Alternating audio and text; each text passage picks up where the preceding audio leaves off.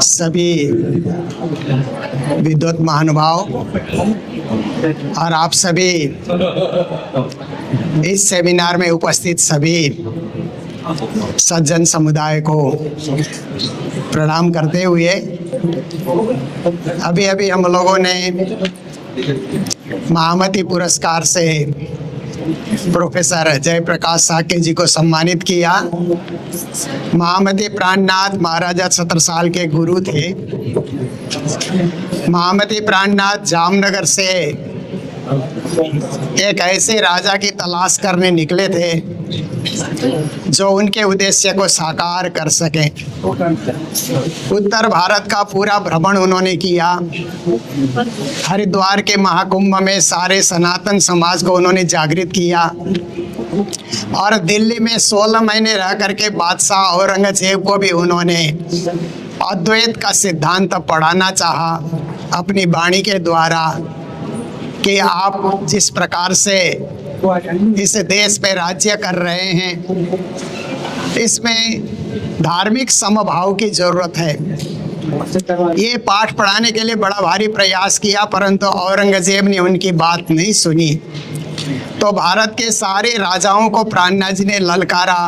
राजा ने मलोरे राणे राय तणो धर्म जाता रे कोई दौड़ो, जागो ने जोतदा रे उठ खड़े रहो, नींद निगोड़ी रे छोड़ो। सारे भारत के राजाओं को ललकारा परंतु प्राणनाथ जी के उद्देश्य को कोई समझ नहीं सका। फिर बुंदेलखंड के शासक छत्रसाल जी ने प्राणनाथ जी के उद्देश्य को समझा। अपने दरबार में उन्होंने स्वागत सत्कार किया, गुरु के रूप में उनको प्रतिष्ठित किया और पन्ना में एक सुंदर गुम्मट बंगला जी मंदिर बना करके प्राणनाथ जी को आजीवन वहीं रहने के लिए उन्होंने इस प्रकार की व्यवस्था की। तो ऐसे महाराजा छत्रसाल और उनके गुरु महामती प्राणनाथ ने मिलकर के ही बुंदेलखंड की स्वतंत्रता के लिए छत्रसाल जी ने 52 लड़ाइयाँ लड़ी और हमेशा विजयी रहे। ये प्राणनाथ जी का ही आशीर्वाद था।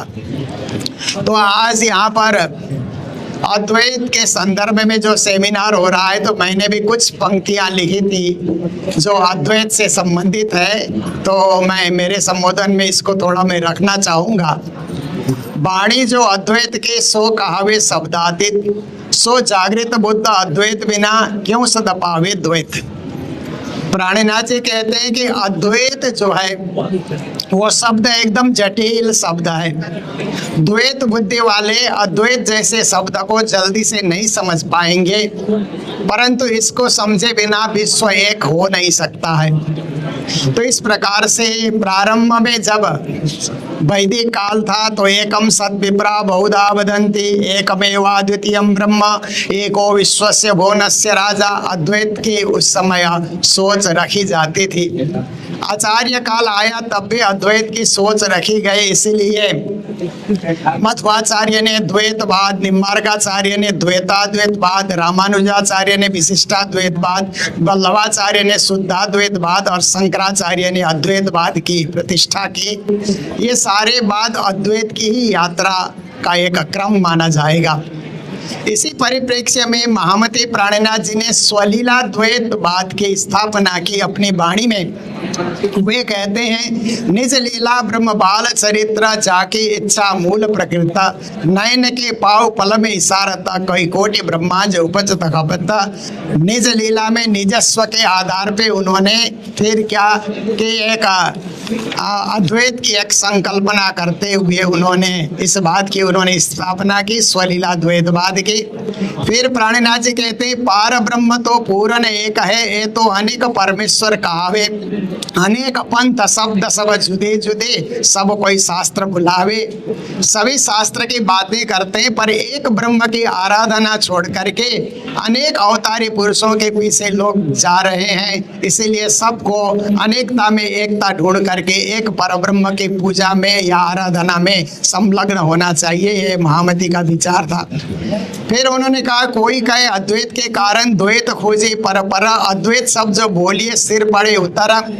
कुछ विद्वान कहते थे कि अद्वैत शब्द बोलेंगे तो सिर ही धड़ से अलग हो जाएगा। ऐसा कहने का तात्पर्य था कि भौतिक शरीर से बौद्धिक स्थिति में आप चले जाओगे, फिर कुछ कर नहीं पाओगे, इसका तात्पर्य था। तो प्राणनाथ जी कहते हैं इस अद्वैत शब्द को विद्वानों ने ज्यादा जटिल बना दिया। इसको सरल ढंग से हम समझें तो एक ईश्वरवाद के रूप में हम आराम से इसको समझ सकते हैं। फिर इसी प्राणनाथ जी महाराज के विचारधारा को प्राणनाथ जी से प्रभावित होकर के महाराजा छत्रसाल जी ने इन पदों के द्वारा इस प्रकार गाया। पूर्ण ब्रह्म ब्रह्म से न्यारे आनंद अखंड अपारे शिव सनकादिक आदिक इच्छित शेष न पावे पार। अगम जानी के निगम कहावे खोज खोजी पचिहारे। जानी के मूलधनी अंगना अपने सो घर आए हमारे। सिंहासन आसन बैठारी छत्रसाल गुण गाए। छत्रसाल जी ने महामती प्राणनाथ जी को अद्वैत पुरुष के रूप में पहचाना और पहचानने के बाद इन पदों के द्वारा उनका स्वागत किया और उनकी आरती भी उतारी। फिर प्राणनाथ जी के लिए उन्होंने गुम्बद बंगला जी मंदिर धाम चबूतरा जब बना करके तैयार किया तो उस समय छत्रसाल जी मुक्त कंठ से अद्वैत का गायन करते हैं। सदा आनंद मंगल में रहिए, सदा आनंद मंगल में रहिए। इसक सुराही प्रेम का प्याला अंतर आत्म छकी रहिए। अष्ट प्रहर दिन 64 घड़िया निस दिन पिया पिया पिया कहिए। छत्रसाल भजो धाम धनी को और देवन सो क्या चाहिए। तो इस प्रकार से महामती प्राणनाथ जी की वाणी में और छत्रसाल जी के वाणी में वही अद्वैत भाव जो शंकराचार्य जी ने स्थापित किया था उसका दर्शन करने को हमें मिलता है। निष्कर्षतः एक ब्रह्म है, अनादि है, अद्वैत है, सनातन है। प्रकृति उस एक से अनेक का विस्तार करती है, अतः एक को जानने से अनेक का स्वयं बोध हो जाएगा। यही अद्वैत का एक सार मैं समझता हूँ। तो आज यहाँ आकर के बड़ी प्रसन्नता हुई। इस विश्वविद्यालय का नाम पहले से सुना था, जब से स्थापित हुआ तभी से आने की इच्छा थी और हमारे साक्य जी इसके लिए माध्यम बने। उन्होंने किताब प्राणनाथ मिशन में छपाने के लिए हमें आग्रह किया तो हम लोगों ने मीटिंग रख करके उनकी उस किताब को हम लोगों ने छपा दिया। उसमें उन्होंने महामती प्राणनाथ और प्रणामी दर्शन ये उनकी किताब है और आज उनको महामती प्राणनाथ के नाम से स्थापित पुरस्कार से उनको सम्मानित करने का भी मौका मिला। इसी प्रकार हमारे प्रोफेसर जयप्रकाश साके जी आने वाले और हमारे भिन्न भिन्न कार्यक्रमों में भी सहभागी बनते रहेंगे और इस विश्वविद्यालय का ही नहीं पूरे एक अद्वैत की संकल्पना जो आज रखी जा रही है इसके प्रचार प्रसार में सदा लगे रहेंगे। इनके प्रति मंगल कामना और आप सभी के प्रति भी मंगल कामना रखते हुए मेरे 2 शब्द को मैं विराम देने जा रहा हूँ। सभी को प्रणाम, सभी को धन्यवाद।